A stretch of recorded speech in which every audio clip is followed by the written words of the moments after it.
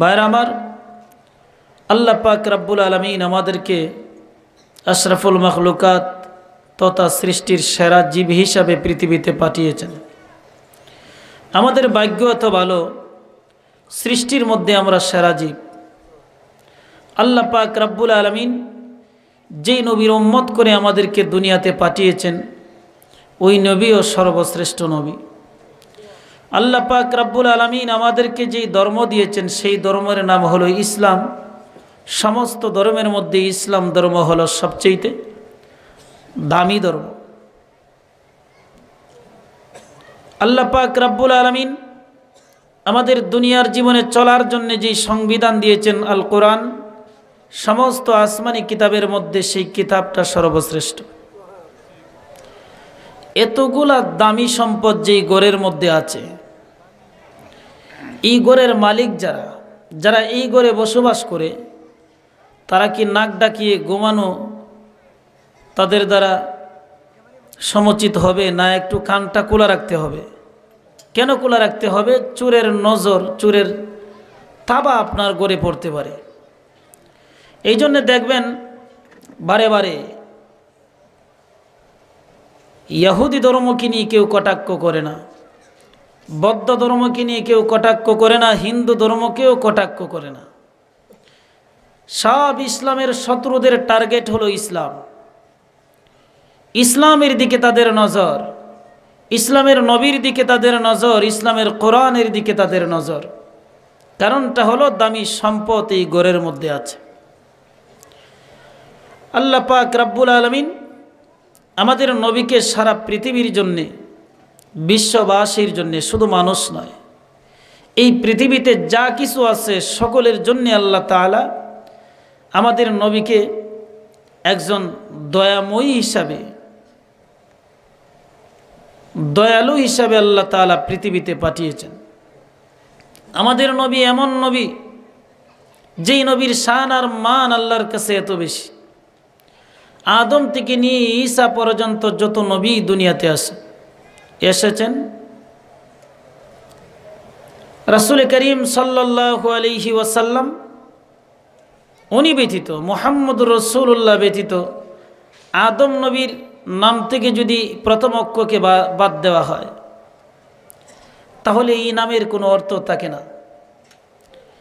ইদ্রিস আলাইহিস সালাতু ওয়াস সালামের নামের এক অক্ষর নিলে কোনো অর্থ হবে না, কিন্তু আমাদের নবীর নাম মুহাম্মদ, প্রত্যেকটা অর্থের, প্রত্যেকটা অক্ষরের এক একটি করে অর্থ আছে। মুহাম্মদ প্রশংসিত, মুহাম্মদের মিম যদি বাদ দেওয়া হয় তাহলে তাকে হামদুন, হামদুন শব্দের অর্থ প্রশংসা। হামদুন থেকে যদি হা বাদ দিয়ে দেন দ্বিতীয় অক্ষর, তাহলে তাকে মাদ্দুন, আল মাদ্দু কেচনা, টানা। এটারও একটা অর্থ থাকে। আমাদের নবী মানুষদেরকে দুনিয়াতে এসে জাহান্নামের রাস্তা থেকে টেনে টেনে জান্নাতের রাস্তায় নিয়ে আসে। মাদ্দুনের প্রথম অক্ষর মিম যদি বাদ দেন তাহলে তাকে দাল, আদ-দাল্লু আলা খাইরি কাফাইলিহি। আমাদের নবীর প্রত্যেকটা নামের অক্ষরের এক একটা অর্থ আছে। আল্লাহ পাক রব্বুল আলামিন আমাদের নবীকে রাহমাতুল লিল আলামিন হিসেবে পৃথিবীতে পাঠিয়েছেন। আমাদের নবীর প্রতিটা কথা রহমত, প্রতিটা কাজ উম্মতের জন্য রহমত। রাসূল করিম সাল্লাল্লাহু আলাইহি ওয়াসাল্লাম জাগ্রত থাকাটা যেভাবে উম্মতের জন্য রহমত, নবীজির ঘুমিয়ে যাওয়া সেটাও উম্মতের জন্য রহমত। এক যুদ্ধের সময় আল্লাহ রসুল ঘুমিয়ে গেলেন, রাত্রিবেলায় ঘুমিয়ে গেলেন। হযরত বেলালকে পাহারাদার নিযুক্ত করলেন, বেলাল তুমি পাহারা দিবে, জাগ্রত থাকবে, ফজরের নামাজের সময় যখন হবে তখন আমাদেরকে জাগ্রত করবে, আমরা নামাজ আদায় করব। এই কথা বলে সমস্ত সাথীরা ঘুমিয়ে গেলেন। হযরত বেলাল যিনি পাহারাদার ছিলেন, ফজরের নামাজের রক্ত আসার পরে উনার চৌকে আল্লাহ ঘুম দিয়া দিছে। উনিও ঘুমের ঘরে বিভোর। ফজরের নামাজের সময় চলে গেল। সূর্য যখন উঠল, তার রৌদ্রের কিরণ নবীজির চেহারা মোবারকে যখন পড়ল, নবীজির ঘুম ভাঙছে। ফজরের নামাজের রক্ত রইছে না চলে গেছে? জুড়ে বলেন। আল্লাহর নবী বলেন, বেলাল, তোমাকে পাহারাদার নিযুক্ত করলাম, তুমি জাগ্রত থেকে ফজরের নামাজের সময় আমাদেরকে ডাক দিবে, তুমি ঘুমিয়ে গেলে। বেলাল বলেন, হুজুর, যে আল্লাহ পাক রব্বুল আলামিন আপনার চোখে ঘুম ঢেলে দিয়েছেন, এই আল্লাহ আমার চোখেও ঘুম ঢেলে দিছে। আল্লাহর নবী বলেন, বেলাল, আল্লাহ পাক রব্বুল আলামিন এমনিতেই তোমার চোখে ঘুম দেন নাই, তোমার চোখে ঘুম দিয়ে আমি নবীকে ফজরের নামাজের ওয়াক্ত কজা করানোর মাধ্যমে আল্লাহ তাআলা আমার উম্মতের জন্য শিক্ষা দিয়েছেন, তারাও যদি ঘুমের ঘরে বিভোর থেকে যায়, ফজরের নামাজ যদি চলে যায়, তাহলে কিভাবে নামাজ আদায় করবে, আল্লাহ তাআলা এই তরিকা, এই পদ্ধতি শিক্ষা দেওয়ার জন্যই তোমার চোখের মাঝেও ঘুম দিছে। ভাইরা আমার, নবীজির ঘুমিয়ে থাকাটাও রহমত, নবীজির ভুলে যাওয়াটাও উম্মতের জন্য রহমত। নবীজি আসর অথবা জোহর দুই ওয়াক্তের কথায় আছে। আল্লাহর রসুল নামাজে দাঁড়ালেন, জোহর অথবা আসর ফরজ নামাজ কয় রাকাত? জোরে বলেন। নবীজি 2 রাকাত পরেই সালাম ফিরাই নিছে। সাহাবীরা নবীকে জিজ্ঞাসা করেন, ইয়া রাসূলুল্লাহ, ইয়া হাবিবাল্লাহ, আল্লাহ রাব্বুল আলামিন কি নামাজ কমায় দিছেন, 4 রাকাতের জায়গায় 2 রাকাত করে দিছেন নাকি? নবীজি বলেন, কেন? সাহাবীরা বলেন, ইয়া রাসূলুল্লাহ, ইয়া হাবিবাল্লাহ, আপনি তো 4 রাকাতের জায়গায় 2 রাকাত আদায় করছেন। সাহাবীদের আদব দেখেন, এইভাবেও তো বলতে পারতেন, নবী গো, আপনি ভুল করছেন, 4 রাকাতের জায়গায় 2 রাকাত পড়া। এইভাবে না বলে সাহাবীরা বলেন, নবীজি, আল্লাহ রাব্বুল আলামিন কি নামাজ কমায়া দিছে? আল্লাহর নবী বলেন, সাহাবীরা রে, না, আল্লাহ নামাজ কমায়া দেয় নাই। আল্লাহ রাব্বুল আলামিন 4 রাকাতের জায়গায় 2 রাকাত করে দেননি। আল্লাহ রাব্বুল আলামিন আমার দ্বারা এই ভুলটা করাইয়া তোমাদেরকে শিক্ষা দিছেন। আল্লাহ, যদিও তোমরা নামাজে এমন ভুল করে বসো, উঠার জায়গায় যদি বসে যাও, বসার জায়গায় যদি উঠে দাও, নামাজটা কিভাবে আদায় করবে? আল্লাহ রাব্বুল আলামিন সহু সাজদার বিধান বর্ণনা করতে গিয়ে আল্লাহ আমার দ্বারা নামাজের মাঝে ভুল করাইছেন। তাহলে এই নবীর ভুলে যাওয়াটাও উম্মতের জন্য রহমত, ঠিক কিনা? ভাইরা আমার, আমাদের নবী রাহমাতুল লিল আলামিন, উনি এমন নবী, সকলের জন্যই তিনি রহমত। মা জাতির জন্যও নবীজি রহমত। ইসলাম আসার আগে মা জাতির কোনো ইজ্জত সম্মান ছিল না,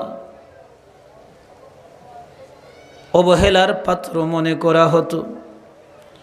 কিন্তু আল্লাহর নবী এসে মা জাতির ইজ্জত তো উপরে নিয়ে গেলেন। নবীজি ঘোষণা দিচ্ছেন, মায়ের পায়ের তলে সন্তানের বেহেশত। কার পায়ের তলে? মা জাতির ইজ্জত ইসলাম দিয়েছে। বিশ্বনবী মাদের জন্য রহমত। আল্লাহর নবী শিক্ষা দিচ্ছেন একজন মার মর্যাদা কতটুকু।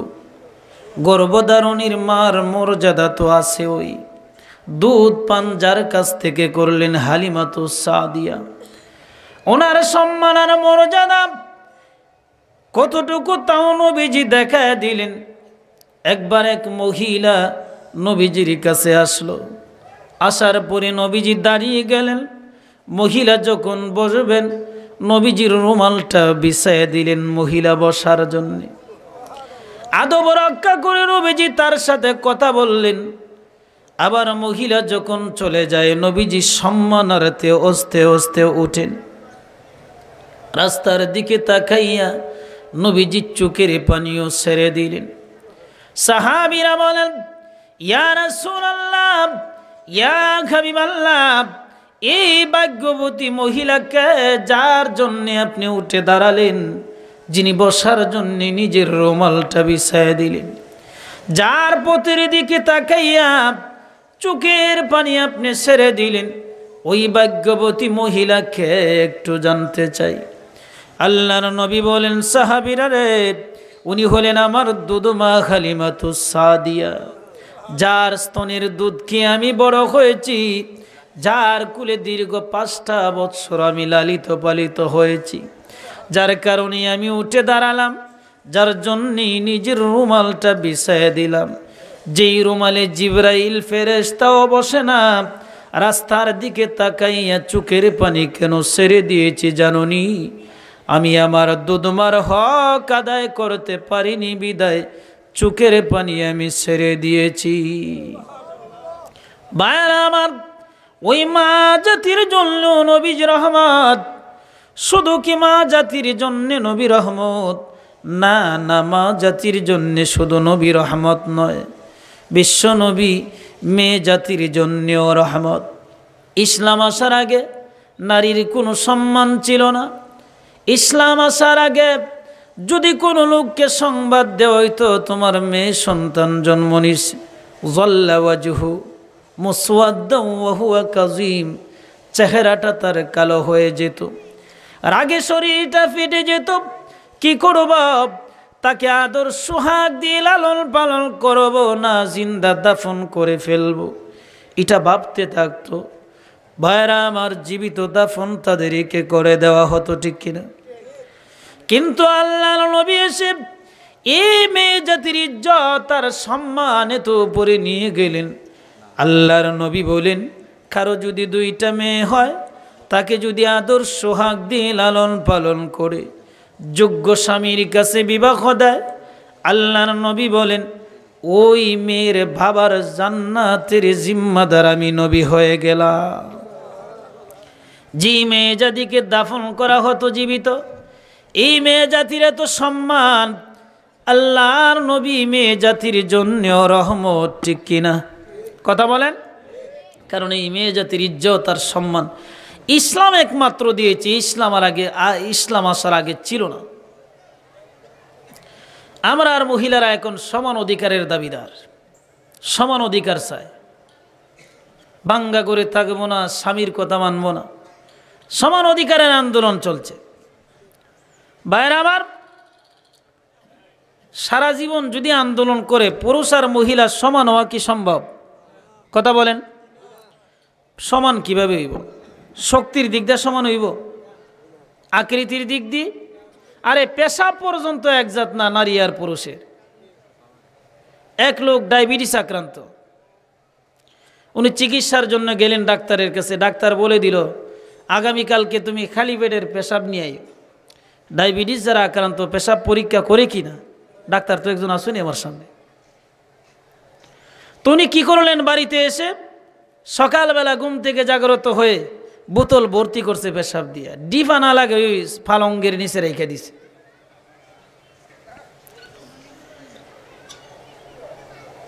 ওনার স্ত্রী ঘুম থেকে উঠল, স্বামী যেহেতু ডাক্তারে যাবে সুনামগঞ্জে, নাস্তা যদি রেডি না হয় তাহলে তার উপরে কিয়ামত শুরু হইব।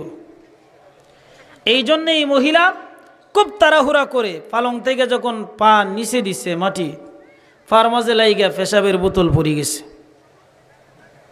বোতল যখন পড়ে গেল, পেশাব আছে না শেষ হয়ে গেছে? পেশাব যদি না পায় তার মিটার গরম হইব, কি বলেন? এই মহিলা ভাবল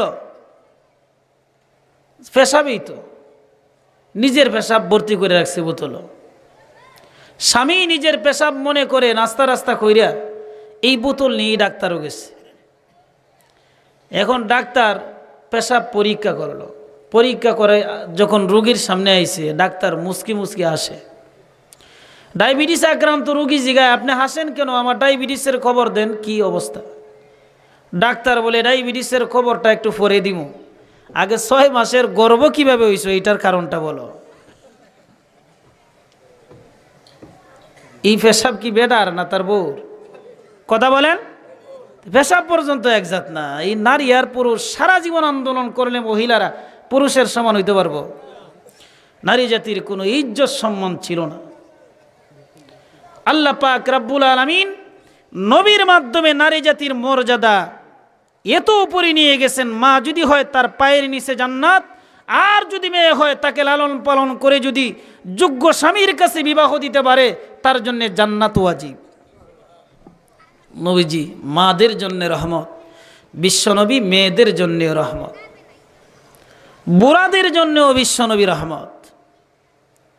কোনো বুড়া লোক যদি সারা জীবন যৌবনকালে ইবাদত করে, তারপরে যদি যখন বয়স হয়ে যায় গর্ভবতী, মসজিদে আসতে পারে না, তবে মসজিদের সাথে মনটা ঝুলানো থাকে। আল্লাহ পাক রাব্বুল আলামিন এই নবীর উম্মতের জন্যই শুধু যৌবনকালের যে ইবাদত মসজিদে গিয়ে করত, ওয়াজ মাহফিলে যাওয়ার কারণে হতো, ঘরে বসে থাকার কারণেও আল্লাহ তাআলা সেই সওয়াব তার আমলনামায় দিয়ে দেন। বুড়া জাতি, গর্ভবতী যারা, তাদের জন্য আমাদের নবী রহমত। ভাইরা আমার, আমাদের নবী এমন নবী, এতিমের জন্যও বিশ্ব নবী রহমত। খুতবাতে জুলফিকারে লেখেন, আল্লাহর নবী ঈদের নামাজ আদায়ের জন্যে ঈদগাহের দিকে ঘর থেকে রওনা হয়েছেন। সামনে অগ্রসর হলেন, দেখেন কিছু বাচ্চা খেলাধুলা করতেছে নতুন জামা পরিধান করে। আল্লাহর নবী এই কাফেলাকে অতিক্রম করে যখন একটু সামনে অগ্রসর হলেন, দেখেন একটা ছোট বাচ্চা জীর্ণ শীর্ণ অবস্থায়, পরিধানে তেমন কোনো নতুন জামা না, ফারাসিরা জামা পরিধান করে সে কাঁদতেছে। নবীজি বলেন, তুমি কাঁদো কেন? আল্লাহ রাসূল এই কথা জিজ্ঞাসা করার পরে তার দুঃখের আগুনে যেন কেরোসিন ঢাইলে দিছে, আরো খুব বেশি কাঁদতে শুরু করছে। ইয়া রাসূলুল্লাহ, ইয়া হাবিবাল্লাহ, আমার কাঁদার কারণটা হলো আজকে তো ঈদের দিন, আমার আব্বাও দুনিয়াতে নাই, যদি থাকতেন তাহলে নতুন জামা আমারে কিনা দিতেন। ভাইরা আমার, অনেক বাবা এমন আছে নিজে ঈদের নামাজ পুরাতন কাপড় পরিধান করে আদায় করে, কিন্তু সন্তানরে যে কোনোভাবেই হোক নতুন কাপড় দেয়, ঠিক কিনা? নিজে পুরাতন ছিঁড়া জুতা নিজের হাতে সিঁড়ি করে ব্যবহার করে সন্তানটারে নতুন জুতা কিনা দেয়। এমন বাবার সংখ্যা আমরা সমাজে কম না বেশি? বেশি আছে। এই বাচ্চা বলেন, হুজুর আমার আব্বা যদি দুনিয়াতে থাকতেন তাহলে অবশ্যই আমাকে নতুন জামা খরিদ করে দিতেন। আমার আব্বা দুনিয়াতে নাই, আম্মাও যদি থাকতেন আমাকে গোসল দিতেন, তেল লাগিয়ে দিতেন শরীরে, মাথার চুলটাও পরিপাটি করে দিতেন, কিন্তু আম্মাও দুনিয়া থেকে বিদায় নিয়ে গেছেন। বাবাও নাই, মাও নাই, আমি একা একা কাঁদতেছি ঈদের দিনে বাবা মার কথা স্মরণ করে। আল্লাহর নবী এই কথা শুনে ছোট বাচ্চাটাকে হাতে ধরে নবীজি ঘরের দিকে ফিরে আসলেন। ঘরে এসে নবীজি আয়েশাকে বলেন, ও আয়েশা, তুমি এই বাচ্চাটারে গোসল করাও, গোসল দাও। আল্লাহর নবীর স্ত্রী হযরত আয়েশা গোসল দিলেন। ভাইরা আমার, জাহাঙ্গীর ভাই ফোন দিতেছে। হযরত আয়েশা গোসল দিলেন, শরীরের মধ্যে তেল লাগিয়ে দিলেন, মাথার চুলগুলা পরিপাটি করে দিলেন। আল্লাহর নবীর একটা চাদরকে দুইটা ভাগ করে একটা অংশ এই বাচ্চাটারে লঙ্গির মতন পরিধান করালেন, আর একটা অংশ নবীজি গায়ের মধ্যে দিয়ে ওই বাচ্চাটাকে নিয়ে যখন রওনা দিবেন ঈদগাহের দিকে, আল্লাহর নবী ঘর থেকে বের হওয়ার আগেই বসে গেছেন। বসে ইশারা দেয় বাচ্চাটাকে, রে বাচ্চা, রাতিম তুই আমার পিঠের মধ্যে চড়ে বস। এতিম শিশুটা নবীজির পিঠের উপরে চড়ে বসলো। এবার আল্লাহর নবী তাকে পিঠে করে ঈদগাহের দিকে রওনা দিছেন। ভাইরা আমার, যাওয়ার সময় যেই মুহূর্তে ওই পূর্বে যে শিশুগুলাকে পেয়েছিলেন নবীজি খেলাধুলায় মত্ত, আনন্দে আত্মহারা, ওদের কাজ দিয়ে নবীজি এতিম শিশুটাকে যখন কাঁধে করে নিয়ে যায়, এই ধনী লোকের ছেলেগুলো এতিম শিশুকে নবীজির কুলে দেখে তারাও কান্না শুরু করে দিছে। আহা, আমি কেন এতিম হলাম না? আমিও যদি এতিম হতাম তাহলে বিশ্ব নবীর পিঠের উপরে চড়ার সুযোগ আমার হতো। আল্লাহ আমাকে কেন এতিম বানালেন না? নবীজি চলে গেলেন। ঈদগাহে পৌঁছার পরে ছোট বাচ্চাটাকে নামালেন। এমনিতেই নবীজি মিম্বরের উপরে বসে গেলেন। ছোট বাচ্চাটা নবীজির কাছেই বসে যায়। আল্লাহর নবী বলেন, রে এতিম শিশু, তুমি মাটিতে বসবা না, আমার কোলের উপরে উঠে বসো। নবীজির কোলের উপরে বসলো। আল্লাহর নবীর কোলের উপরে বসাইয়া মাথার মধ্যে হাত রেখে নবীজি বলেন, রে সাহাবীরা, তোমরা যদি কোনো এতিমের মাথার মধ্যে হাত রেখে দয়ার হাতটা বুলিয়ে দিতে পারো, তাহলে আমি বিশ্বনবী ঘোষণা দিলাম, তোমাদের হাতের নিচে যে পরিমাণে চুল পড়বে, চুলের সম পরিমাণ নেকি আল্লাহ তাআলা তোমার আমল নামায় দিয়া দিবে। এই নবী এতিমের জন্য রহমত, ঠিক কিনা ভাইরা আমার? আমাদের নবী এমন নবী যিনি শুধু এতিমের জন্যই রহমত তা নয়, কুলির জন্যও নবীজি রহমত। যারা দিন মজুর খেতে খামারে কাজ করে, এদের জন্যও নবীজি রহমত। এক গ্রাম্য লোক নবীজির কাছে এসে হাত মিলায় মুসাফা করে। নবীজি মুসাফা যখন করলেন, নবীজির হাত তো তুলে ছিল, কিন্তু উনি যেহেতু কুলি মানুষ, দিন মজুর, তার হাতগুলা খুব শক্ত খর পড়ে গেছে। আল্লাহর নবী ওই কুলির হাতটাকে খুব জোরে চেপে ধরলেন। চেপে ধরে নবীজি তার বুকের সাথে বুক লাগালেন। নবীজি ঘোষণা দেন, কুলিরে, আল কাসিবু হাবিবুল্লাহ, যারা নিজে হাতে কর্ম করে, ঘরে বসে থাকে না, নিজে হাতে যারা কর্ম করে তারা আল্লাহর বন্ধু। কার বন্ধু? আল কাসিবু হাবিবুল্লাহ, যারা নিজ হাতে কর্ম করে তারা আল্লাহর বন্ধু। তাহলে কুলিদের জন্যও নবীজি রহমত কিনা? জোরে বলেন, কথা বলতে ভাইরা আমার। আমাদের নবী এমন নবী যিনি শুধু এতিম আর কুলির জন্যই রহমত, এমনটা নয়। এই নবী এমন নবী, উনি ধনী ব্যক্তির জন্যও রহমত, ব্যবসায়ীর জন্যও নবীজি রহমত। আল্লাহর নবী বলেন, আত্তাজিরু সাদুকুল আমিন মা'আন নাবিয়িনা ওয়াস সিদ্দিকিন ওয়াস শুহাদা। নবী সূর্য বলেন, হালাল তরিকায় যারা ব্যবসা করে, আমানতদার ব্যবসায়ী যারা, ওজনে কম দেয় না, বেজাল মিশ্রিত করে না, তারপর কৌশল অবলম্বন করে না। 40 টাকা দর পেঁয়াজ কিনা, এই পেঁয়াজও কিন্তু আমরার দেশের মানুষ দাম যখন বাড়াইছে, স্টক যখন করে নিল, তখন 200 টাকা কেজিও বেচছে কিনা? জোরে বলেন। আপনি যদি বলেন যে 200 কেন, কয়টা আমি, এখন তো দাম বাড়ছে। কি বাড়ছে? দাম বাড়ছে। যখন আবার দাম কমে, এই সময় আবার যদি মনে করেন পেঁয়াজটা কিনা থাকে 100 টাকা, দাম যদি 20 টাকা দর হয়, এই সময় আবার কিন্তু 20 টাকা দর দেয় না।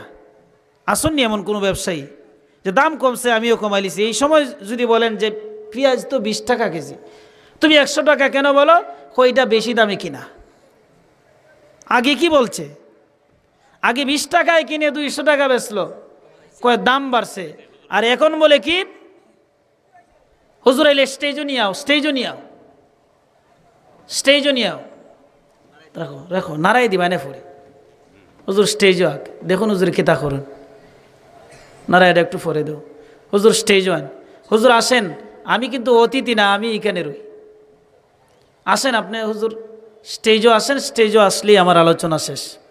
কি বলেন ভাইরা আমার? তো আল্লাহর নবী বলেন, আমানতদার ব্যবসায়ী যারা, আত্তাজিরু সাদুকুল আমিন,